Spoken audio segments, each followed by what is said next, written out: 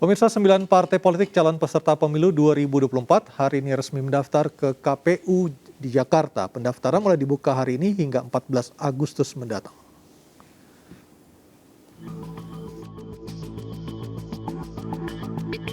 Sembilan partai politik calon peserta pemilu hari ini mulai mendaftar ke kantor Komisi Pemilihan Umum di Jakarta. Dari data KPU yang dihimpun, jadwal pendaftaran hari ini terdapat 9 parpol yang mengkonfirmasi melakukan pendaftaran. Di antaranya, PDI Perjuangan, Partai Keadilan dan Persatuan, Partai Keadilan Sejahtera, Partai Reformasi, Partai Nasdem, Partai Rakyat Adil Makmur atau PRIMA, Partai Perindo, Partai Gelora, Partai Panda. Jadi yang diperiksa adalah kelengkapan dokumen persyaratan. Nanti kalau sudah lengkap, KPU akan menerbitkan berita acara yang menyatakan bahwa dokumen persyaratan sudah lengkap dan dinyatakan didaftar. Dalam tahapan pendaftaran, KPU membentuk 8 tim yang ditugaskan untuk melakukan verifikasi administrasi. Setiap tim nantinya akan bertugas melakukan verifikasi administrasi yang akan menangani 3 kategorisasi parpol, sesuai Undang-Undang Pemilu Nomor 7 Tahun 2017 tentang Pemilu.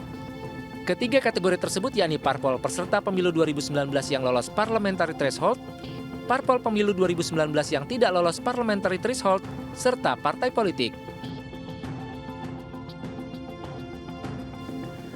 Ada yang mendaftar hari ini, tetapi ada pula yang masih mencari hari. Dan sudah bergabung bersama kami melalui sambungan Zoom, Nurul Arifin, Waketum DPP Partai Golkar, dan Andi Rahmat Wijaya, Wasekjen DPP Partai Gerindra. Selamat malam Mbak Nurul, selamat malam Mas Andi.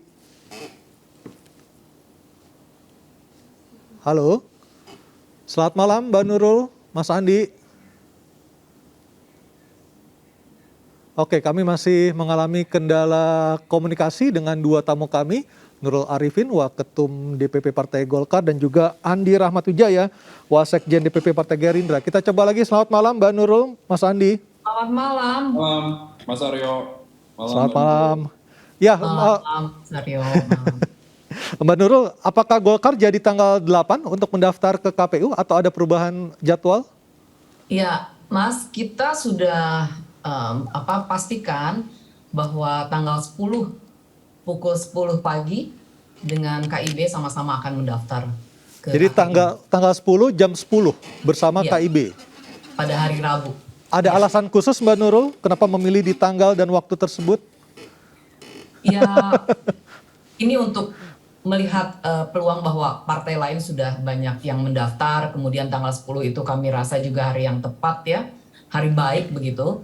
Dan tidak ada hari yang tidak baik sebetulnya, tapi tanggal 10 menjadi kesepakatan karena ketua umumnya semua bisa ketemu bersama-sama untuk hadir di tanggal 10 tersebut begitu. Kalau sipolnya sendiri kita itu dari Golkar sudah mendaftar dan input data sipol pada tanggal 22 Juli, jadi sudah selesai. Dan Golkar sendiri sudah sudah mendaftar setiap kabupaten kota itu lebih dari 1.000, minimal 1.000. Sampai ke tingkat kecamatan kita pun sudah mendaftar begitu ya. Jadi itu sudah akumulasi. Ini bukan hal yang baru bagi Golkar walaupun dengan sistem yang baru ini, karena kita sudah tahu bahwa ini adalah pemilu ke-6 pasca reformasi 1997.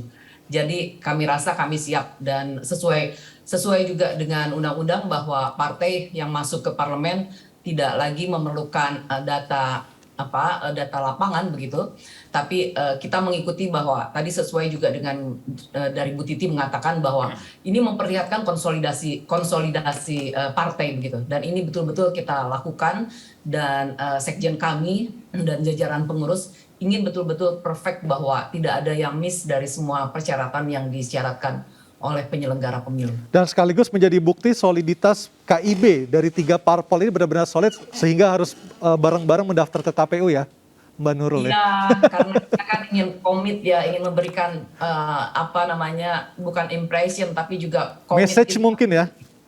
Kenapa? Mungkin ini sebagai message politik juga buat partai-partai yang ingin berkolaborasi dengan KIB seperti itu. Betul. Kami sangat committed dan kemudian juga dengan azas kolektif dan kolegial dan sampai sekarang terus kami junjung begitu ya. Sehingga nanti dimulai dengan pendaftaran ke KPU ini juga kita perlihatkan bahwa soliditas itu terus terbangun dan kita sedang membangun soliditas ini terus ke akar rumput begitu. Jadi tidak ada hal yang patut diragukan dengan soliditas ini dan kami juga masih membuka sangat luas pintu KIB untuk partai-partai lain yang ingin bergabung. Mudah-mudahan nanti Perindo. Bang Yusuf nanti akan menjawabnya. Saya ke Mas Andi dulu. Mas Andi, apakah Gerindra juga akan menyiapkan gimmick-gimmick tertentu atau memilih waktu-waktu tertentu untuk mendaftar ke KPU? Kalau pendaftaran sih tanggal 8 Agustus ya rencana kami di hari Senin. Kami tidak ada gimmick-gimmick khusus. Sebenarnya kan ini agenda teknis ya bagi partai politik untuk melakukan pendaftaran. Bahkan sebenarnya kita juga sudah memiliki sipol, kita juga sudah submit beberapa dokumen-dokumen dalam sipol. Jadi ini adalah agenda teknis. Menurut kami yang terpenting adalah kami melaksanakannya. Kami berkomitmen untuk mengikuti pemilu di 2024. Nah itu yang jauh lebih penting daripada gimmick-gimmick yang dilakukan ya. Jadi agenda formal sekaligus substansial terkait dengan pendaftaran itu yang jauh lebih penting. Gimik seperti apa kami tidak ada agenda khusus. Yang Atau jelas, mungkin Pak Prabowo mau naik kuda mungkin ke KPU? Ada rencana seperti itu? nggak ada. Oh, nggak ada ya? Yang jelas di tanggal 8 Agustus nanti Mas. Tapi Pak Prabowo akan datang juga ke KPU atau diwakili oleh sekjen dan pengurus lainnya, Mas? Sampai sekarang sih masih teragendakan ya. Oke. Sampai sekarang nggak tahu nanti kalau ada perubahan atau tidak nanti di menjelang pendaftaran. Dan tidak janjian dengan partai politik lainnya juga ya, yang menjadi calon mitra untuk koalisi di 2024? Untuk daftar bareng-bareng? Belum sih. Jadi beda dengan KIB, tapi bisa jadi juga bareng nanti ya, tanggal 8. Gitu ya? Secara fix kami belum putuskan apakah bareng atau tidak. Oke, baik. Bang Yusuf tadi ada tawaran tuh, meskipun mungkin masih menjadi awal ya, masih prematur dari Mbak Nurul. Mau nggak Perindo gabung ke KIB? Ya prinsipnya Perindo itu mau bekerja sama dengan semua ya. Tapi soal koalisi capres menurut kami nanti aja lah ya. Kita Perindo fokus untuk bantu rakyat di tingkat bawah. Kita bagi-bagi gerobak, bagi-bagi modal, kasih pelatihan untuk mereka jadi entrepreneur. Itu yang jadi fokus kita. Jadi Mbak Nurul tenang, ada sesi tersendiri nanti kita akan Tapi berdialog. bukankah kalau kita sudah jauh-jauh hari mencalonkan siapa jagoan dari sebuah partai politik itu juga menjadi daya tawar atau penjualan dari partai politik untuk menarik calon-calon pemilih yang ada? Ya itu yang disebut dengan efek ekor jas ya. Kotel efek ya. Kotel efek. Tapi ini kan belum ada yang konkret. Kan semua masih dinamis, jadi apapun bisa terjadi nanti. Tapi prediksi saya sih pasca Desember ya, setelah semua partai peserta pemilu diumumkan, baru mengkristal tuh. Koalisi A mengusung siapa, koalisi B mengusung siapa, koalisi C mengusung siapa. Tadi di KPU, Ketua Umum telah menyampaikan bahwa Perindo koalisinya adalah koalisi Indonesia semua. Jadi semua diajak bicara gitu, semua diajak bicara karena semua adalah partai politik yang cita-citanya bagus dan calon-calon yang ada untuk calon presiden semua adalah putra-putra terbaik bangsa ini. Mereka tentunya cita-citanya juga bagus. Tapi sejauh ini yang konkret adalah ketika inisiasi Partai Perindo kepada partai-partai non-parlemen yang jumlah suaranya kalau saya tidak salah sampai hampir 10 juta suara ya? Iya, itu kalau di persentase sih lumayan ya. Kira-kira kalau ada partai parlemen yang tersisa dua nggak punya teman koalisi berkoalisi dengan partai non parlemen ya dihitung dari perolehan suara itu bisa nyampe untuk bisa mengusung calon presiden. Tapi lagi-lagi situasi masih dinamis ya. Kita akan lihat nanti perkembangannya. Tadi itu fokus Perindo adalah membantu rakyat bagi gerobak sebanyak-banyaknya semakin masif agar makin banyak rakyat terputus dari garis kemiskinan. Baik, saya ke Mbak Nurul. Mbak Nurul, salah satu selentingan yang muncul di masyarakat adalah KIB ujung-ujungnya akan bergabung bersama PDIP. Apakah benar konfirmasi seperti apa Mbak Nurul? Ini kan hanya selentingan ya, dan gosip atau rumors lah. Ya. Kira ini masih jauh begitu untuk diputuskan. Saya kira yang sekarang yang penting dengan KIB-nya sendiri kita sudah punya tiket. Masalahnya nanti mau berkoalisi dengan siapapun, berkoalisi kembali ataupun dengan partai lain yang mau bergabung ataupun kita akan bergabung dengan yang lain, itu belum diputuskan. Kita akan melihat perjalanan situasi politik dan kemudian perkembangan ke depan seperti apa gitu. Tetapi Golkar membuat ataupun mendapatkan PR yang sangat berat juga di 2024 ini adalah satu, tugasnya mengusung Pak Erlangga sebagai pemenang Pilpres, kalau saya tidak salah, dan kedua untuk menaikkan jumlah kursi di DPR. Seperti itu Mbak Nurul ya?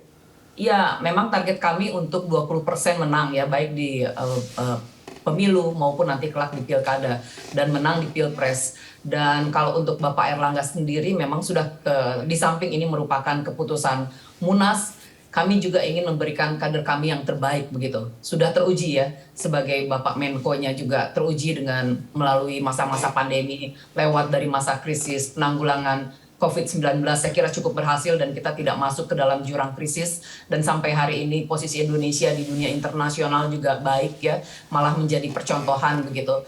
Dan yang lainnya, kalaupun nanti ada pembicaraan bahwa dari mana mengusung calon wakil presiden, kita tidak tahu, kita masih menunggu juga dan masih kita lihat perkembangannya lah.